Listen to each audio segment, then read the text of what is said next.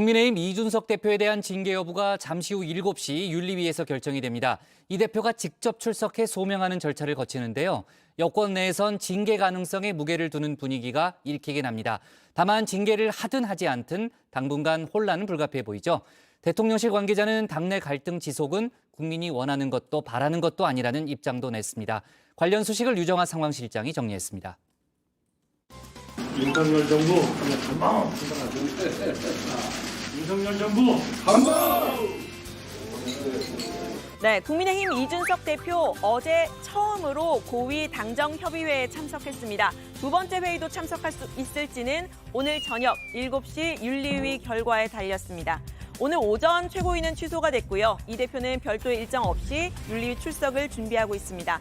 이 대표는 윤리위와 윤핵관의 연관성에 주목하고 있죠. 윤리위를 코앞에 두고 윤핵관을 직격했습니다. 지금 윤리위 해가지고 당에서 제일 신난 분들이 누군 것 같으세요?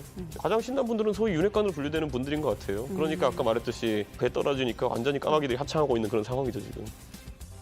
네, 이 대표는 윤핵관 중에서도 윤핵관을 겨냥했는데요. 지금 공식 석상에서 이름을 감춘 채 입장만 떠돌고 있는 사람들 얘기입니다. 비겁하다고도 표현했습니다.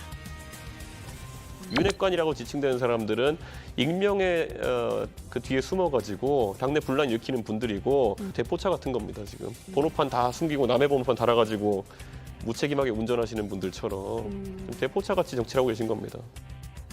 네, 오늘 윤리위 판단의 핵심은요. 성상납 자체가 아니라 성상납 관련 증거인멸 교사 그리고 그와 관련된 품위 유지 의무 위반 문제입니다. 증거인멸과 관련해서는요. 제보자에게 이른바 7억 각서를 써주었다는 이 대표의 김철근 당대표 정무실장에 대한 징계 게시가 된 상태죠. 오늘도 동반 출석을 할 예정인데요.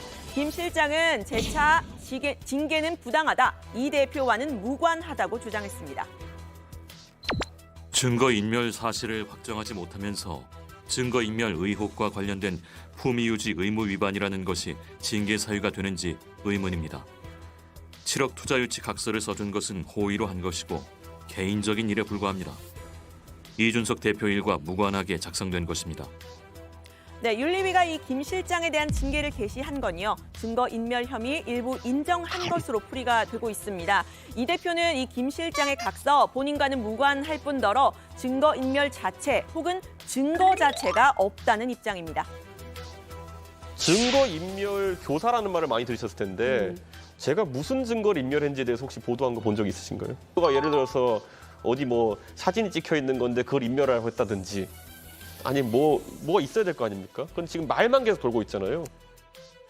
네, 문제의 증거로 등장한 게 바로 이 박근혜 시계입니다. 이 시계가 증거가 될 수 있을지 지금부터 하나씩 좀 따져보려고 하는데요.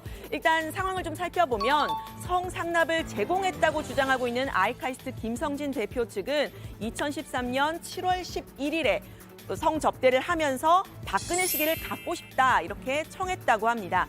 이후에 성접대에 대한 대가로 이 한 달 뒤인 8월 15일에 박근혜 시계를 선물 받았다 이런 주장을 하고 있는 건데요. 시계를 이 대표로부터 받은 정황도 구체적으로 설명을 했습니다. 이준석은 그 8월 15일 날 매기구이집 욕쟁이 아저씨 기억하면 아마 다 기억날 거예요. 김성진 대표는 8월 15일 날 기차 타고 내려온 이준석의 까만색 백팩 안에 들어있는 시계를 전달을 받았다. 이게 팩트입니다.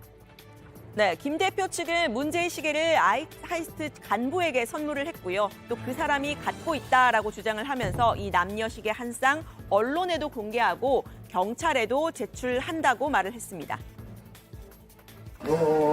박근혜 시계 같은 경우에는 그쯤일 것 같습니다. 이준석 대표가 왔어요. 네네네. 네, 반면에 이 대표는요. 2013년 7월에는 박근혜 시계가 있지도 않았다 이렇게 반박을 했고 또 본인은 박근혜 시계를 받은 적도 준 적도 없다고 했습니다. 대통령 시계라면 1년 번호가 있을 텐데 한번 확인해보자 이런 이야기도 했는데요. 일단 제가 확인을 해보니까 박근혜 시계에는 1년 번호가 없습니다. 당시 시계를 받은 청와대 출입 기자는 어느 시계가 누구에게 갔는지 일련 번호를 따로 확인하는 과정이 없었다라고 했습니다. 이 시계를 받을 때요. 즉, 김 대표 측이 갖고 있는 시계가 누구를 통해서 받은 건지 이 시계 자체만으로는 확인하기가 어렵다는 겁니다. 그다음 시점을 좀 살펴보면요. 김 대표가 시계를 받았다고 주장한 2013년 8월 15일 박근혜 시계가 세상에 처음 공개된 날입니다. 그해 6월만 해도 이런 기사가 났었는데 박근혜 시계 안 만든다 이런 기사가 났었습니다. 이후에 시계를 만든다 이렇게 발표가 난 건 8월 3일인데요. 이후 8월 15일 당시 박근혜 대통령이 광복절 오찬에 참석한 사람들에게 지급을 하면서 처음으로 모습이 드러난 겁니다. 이후 공식적으로는 판매도 되지가 않았는데요. 당시 새누리당 의원들이 이 시계를 받은 건 9월 추석 연휴인데 이 광복절 이전에 이 대표가 시계를 받아서 김 대표에게 전달했다면 당시 여당 의원보다 먼저 시계를 받은 셈이 됩니다. 결국 중요한 거는 이 전달 경로 그리고 정황인데요. 지금까지는 진술만 있는 상황이죠. 게다가 이 김 대표 측과 이 대표의 진술 엇갈리는 만큼 수사가 필요한 상황으로 보입니다.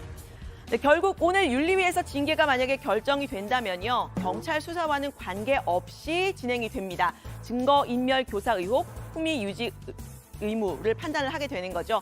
국민의힘 당원 당규상으로는 징계 4단계로 이루어져 있습니다. 이 중 가장 낮은 단계인 경고를 제외하면요. 당원권 정지, 탈당 권고, 제명의 경우에는 당대표직을 물리적으로 수행하기가 어렵게 됩니다. 여권 내에서는 윤리위가 어떤 식으로든 징계를 내릴 거다 이런 주장이 나오는데요. 결국은 정무적인 판단이 될 거다 이런 주장입니다. 윤리위는 이준석 대표의 행적도 심사 대상이 되지만은 당이 얼마나 혼란스러운가 여기에 대해서 이준석 대표의 책임도 물어야 될 겁니다. 윤핵관들이 가만히 있는 당 대표 역할을 잘하는 당내 분란과 혼란을 일으키지 않는데 이준석 대표를 몰아내려고 그러겠어요. 그런데 이 경고 이상의 징계가 결정이 된다면요. 이 국민의힘 당이 후폭풍을 감당할 수 있겠느냐 이런 주장도 나왔습니다. 역시 윤리위가 수사기관이 아닌 이상 정무적인 판단을 할 거다 이런 예측입니다. 최소한 경고는 받지 않을까. 그 이상으로 때리게 되면 아마 국민의힘 진짜 감당하기 힘들 것 같거든요. 그나마 이준석이 있어가지고 2030이니까 오히려 민주당이 늙어 보였단 말이죠. 근데 그 효과가 사라지거든요. 근데 이게 과연 당신들 감당이 되겠느냐. 네, 윤리위가 만약 이 정무적인 판단을 한다면 이 대표 측의 대응도 정무적일 수밖에 없다 이런 이야기 나오는데요. 경고 정도의 징계가 나오게 된다면 대표직에서 물러나지 말고 버텨야 한다 이런 주장도 나왔습니다. 이준석 대표가 내려온다고 했을 때 대표만 사라지는 것이 아니거든요. 그러니까 대표가 만들어왔던 어떤 뭐 사람들, 의제, 담론, 그리고 어떤 새로운 바람, 이 모든 것들이 꺼지는 거예요. 최선이 아니라면 차악을 선택을 해야 되지 않을까. 저는 그렇게 보고 있습니다. 네, 이 대표는 경고도 받을 수 없다 이런 입장이죠. 어떤 방식으로든 징계를 수용하지 않을 거란 예측이 우세합니다. 당원 당규상 재심을 신청하는 방법이 있고요. 또 법적으로는 가처분 신청을 하는 방법도 있습니다. 명목상으로는 당 대표로서 최고위에서 윤리위를 해체할 수 있는 권한도 있다고 하는데요. 일단 그 방법은 택하지 않겠다는 취지로 공개적으로 말한 바가 있습니다.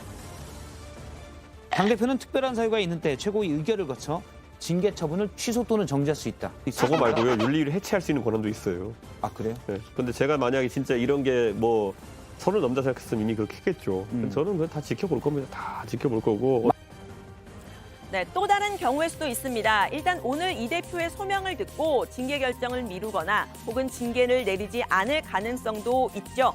만약에 징계를 미루게 된다면요. 다음 윤리위가 열릴 때까지 또 지금처럼 또다시 징계를 하느냐 마느냐 이런 지리한 공방 있을 수 있을 듯합니다.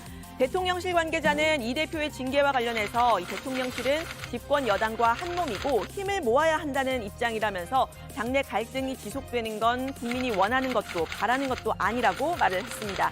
사실상 빠른 결정을 주문한 셈인데요. 만약 징계를 내리지 않는 걸로 결정이 되면 이 대표는 기사회생하게 되는 상황이 됩니다. 이 대표가 출범시킨 혁신위원회도 힘을 받을 텐데 이 경우에도 윤핵관과의 힘 겨루기 이어질 수가 있습니다. 민주당에서는 수사 결과가 나오지 않은 상황에서 이 대표의 징계 하기 쉽지 않을 거라고 본다는 의견 나왔는데요. 최근 이 민주당에서 당대표 출마 불허 결정을 내린 박지현 전 비대위원장과 묶어서 젊은 정치인에 대한 기성 정당의 태도를 꼬집은 발언도 나왔습니다.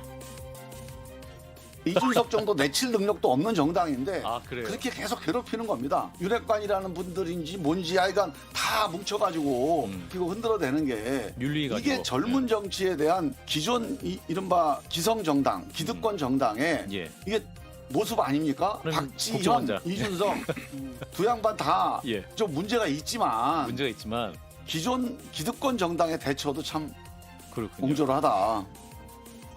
네, 이준석 대표의 정치적 운명 잠시 후 7시 윤리위에서 결정이 되는데요. 결과가 어찌 되든 정부 여당 그리고 정치권에 미칠 후폭풍 아주 클 듯합니다. 들어가서 더 자세한 이야기 해보도록 하겠습니다.